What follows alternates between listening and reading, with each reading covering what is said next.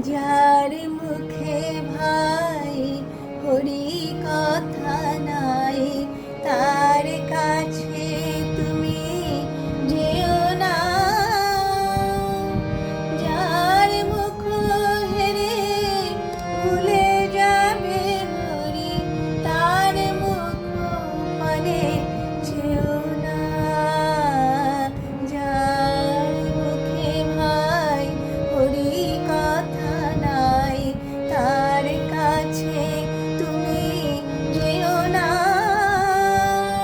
যার মুখ হেরে ভুলে যাবে হরি, তার মুখ পানে যেও না। আহা, কি অদ্ভুত কথা। একাদশী একাদশী পড়েছে এবার 26শে আষাঢ়, জুলাই মাসে 11 তারিখে শনিবার একাদশী। এই একাদশী পালন করা আমরা জানি অতি অবশ্য কর্তব্য। এই একাদশী, সব একাদশী আমরা অত্যন্ত নিষ্ঠার সাথে পালন করে থাকি। এই একাদশীর নাম যোগিনী একাদশী। ব্রহ্মবৈবর্ত পুরাণে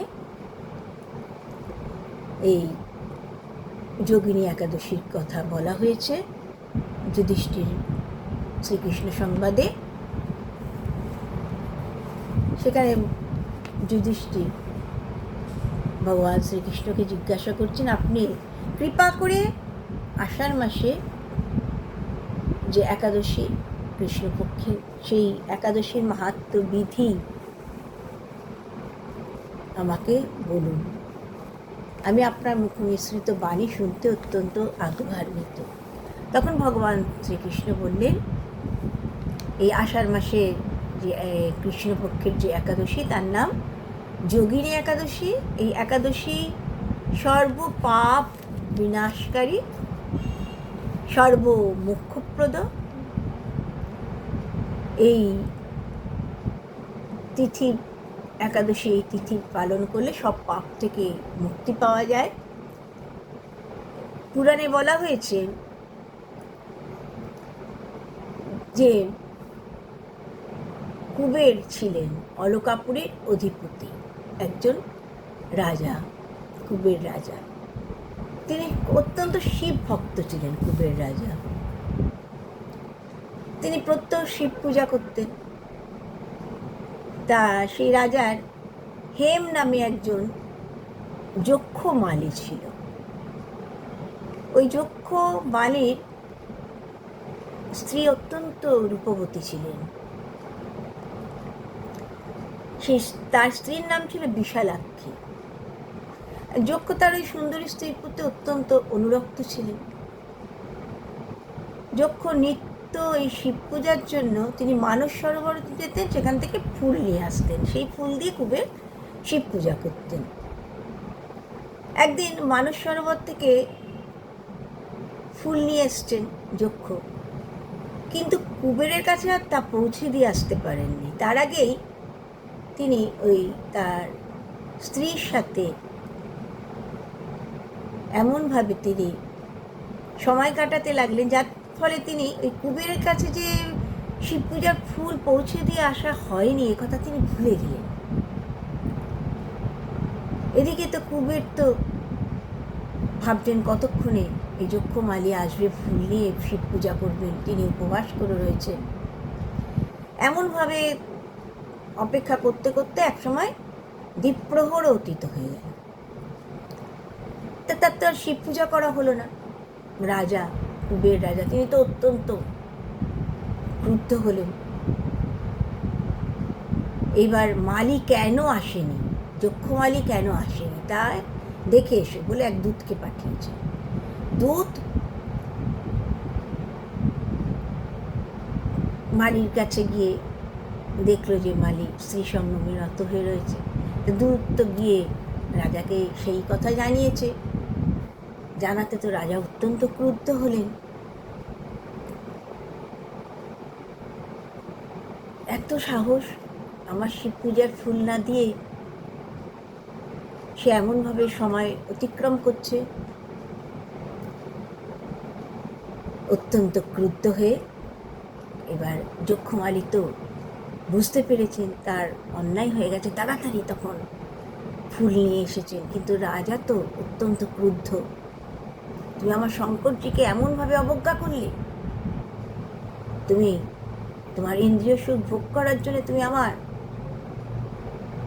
পূজা নষ্ট করলে, তোমাকে আমি অভিশাপ দিচ্ছি, তুমি শ্বেত কুষ্ঠগ্রস্ত হয়ে যাও, শ্বেত কুষ্ঠগ্রস্ত হও, আর তোমার প্রিয়তমা ভার্যার সাথে তোমার চির বিয়োগ হোক, তুমি অধোগতি লাভ করো। রাজা তো ক্রুদ্ধ হয়ে তিনি তো অভিশাপ দিয়ে দিলেন, একবারও ভাবলেন না যে মালি এতদিন ধরে কত নিষ্ঠার সাথে তার ফুল এনে, শিব পূজার ফুল এনে দিয়েছে, একটা অন্যায় সে করে ফেলেছে, কিন্তু তার জন্য রাজা এমন শাস্তি দিলেন। তার ফলে কি হলো, হেমমালি সেখান থেকে ভ্রষ্ট হয়ে সে তো কুষ্ঠ রোগগ্রস্ত হয়ে অত্যন্ত দুঃখ পেতে লাগলো।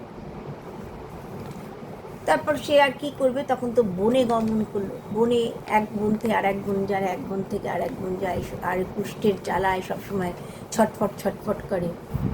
কিন্তু শিব ভক্ত ছিল তো, সেই জন্যে এই তার পূর্বের কথা সব স্মরণে ছিল, সে কিন্তু সেই পূর্বের কথা কিছু ভুলেনি। এই নানা স্থানে ভ্রমণ করে, কিন্তু শিবজিকে সে সবসময় স্মরণে রেখেছে। একসময় ভাগ্যক্রমে সে হিমালয় পর্বতে গিয়ে পড়ল, সেখানে মার্কেন্ডেয় ঋষির দর্শন লাভ করল। তা সে তো মনে মনে ভাবছে সে তো অত্যন্ত পাপী, সে অত্যন্ত পাপ কাজ করেছে, তাই মুনিবরের কাছে যাচ্ছে না, দূর থেকে মুনিকে প্রণাম করছে। তা মুনিরা তো অত্যন্ত বড় দুঃখ কাতর, তিনি তখন মুনিবর ডেকেছেন, এদিকে এসো, তা তোমার এই মহাব্যাধি কি করে হলো, এই ব্যাধি কি করে ঘটালে, তুমি তুমি কি এমন পাপ কাজ করেছো যার জন্য এমন ব্যাধি তোমার হয়েছে, এই কুৎসিত ব্যাধি তোমাকে আক্রান্ত করেছে। তখন ওই হেমমালি কাঁদছে, কাঁদতে কাঁদতে বলছে, মুনিবর আমি অত্যন্ত অন্যায় করেছি, আজকে আমি আপনার কাছে সবটা বলবো। তো সবটা শুনলেন মুনিবর সবটা শোনার পরে মুনির হৃদয় তো অত্যন্ত বড় দুঃখ কাতর, তারা তো পর হিতে ব্রতী, মহান্তের স্বভাব তাড়িতে পাথর। তা মহান্তের যে স্বভাব, কিভাবে রক্ষা করবেন একজনকে, তাই তখন বললেন, ঠিক আছে, তুমি তো অন্যায় করেছো, তুমি তো আমার শরণাগত হয়েছো, তাই তোমাকে আমি একটি ব্রতের কথা বলছি, তুমি এই ব্রত নিষ্ঠার সঙ্গে পালন করো, তাহলে তোমার পরমঙ্গল সাধিত হবে। তখন ওই মার্কেন্ডেয় মুনি ওই হেমমালির প্রতি অত্যন্ত কৃপা পরবশই বললেন, আমি তোমাকে একটি একাদশী ব্রত পালন করার কথা বলছি, তুমি এই আষাঢ় মাসে যোগিনী একাদশী, সেই একাদশী ব্রত অত্যন্ত নিষ্ঠার সাথে পালন করো, আর এই একাদশী ব্রতের পূর্ণ ফলেই তোমার এই কুষ্ঠ রোগ থেকে তুমি মুক্তি লাভ করবে। মুনিবরের উপদেশ অনুযায়ী হেমমালি অত্যন্ত নিষ্ঠার সঙ্গে এই ব্রত পালন করলেন, যোগিনী একাদশী ব্রত পালন করলেন। মনেকে বারংবার প্রণাম করে তিনি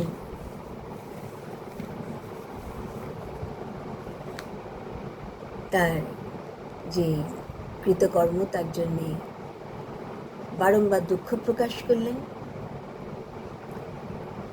তিনি যেন জীবনে আর এমন অপকর্ম করে না ফেলেন, তার জন্যে মুনিবরের কাছে বারংবার প্রার্থনা জানালেন।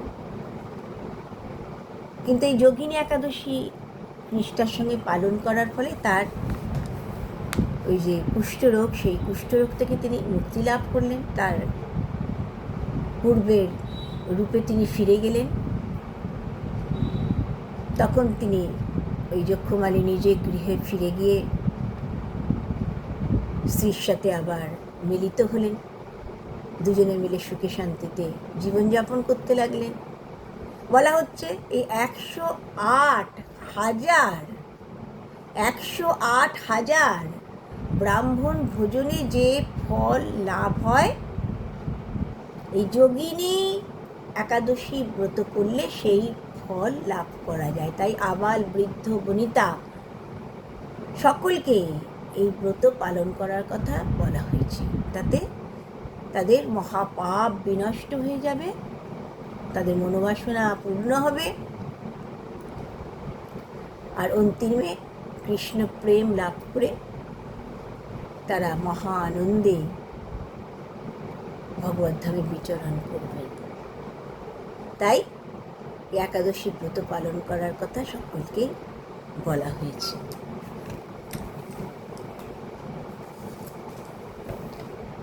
যার মুখে ভাই হরি কথা নাই, তার কাছে তুমি যেও